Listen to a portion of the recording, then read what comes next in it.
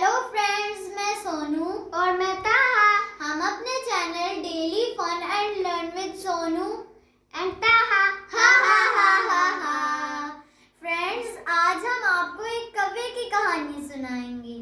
एक कौवा प्यासा था, एक कौवा प्यासा था। घड़े में पानी थोड़ा था, घड़े में पानी थोड़ा था। कौवे ने डाले कंकर, कौवे ने डाले कंकर। पानी आया ऊपर, पानी आया ऊपर। कौवे ने पिया पानी, कौवे ने पिया पानी। खत्म हुई कहानी, खत्म हुई कहानी। फ्रेंड्स, आपको हमारी वीडियो कैसी लगी है? अच्छी लगी है तो हमारी वीडियो को लाइक करें, हमें कमेंट करें और हमारे चैनल को सब्सक्राइब करना ना भूलिएगा और बेल आइकन को दबा दें।